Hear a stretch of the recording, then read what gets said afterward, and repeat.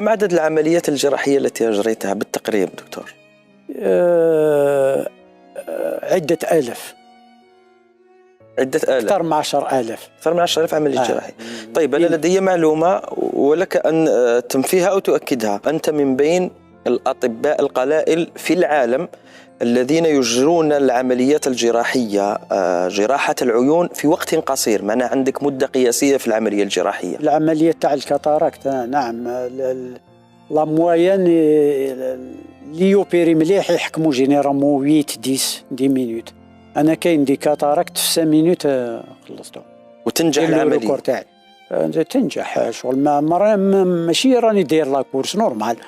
الحمد لله، وهذا أمر مشرف كذلك لنا كالجزائريين أنه في الجزائر يوجد طبيب جراح عيون بهذه القصة وبهذا التفكير كذلك.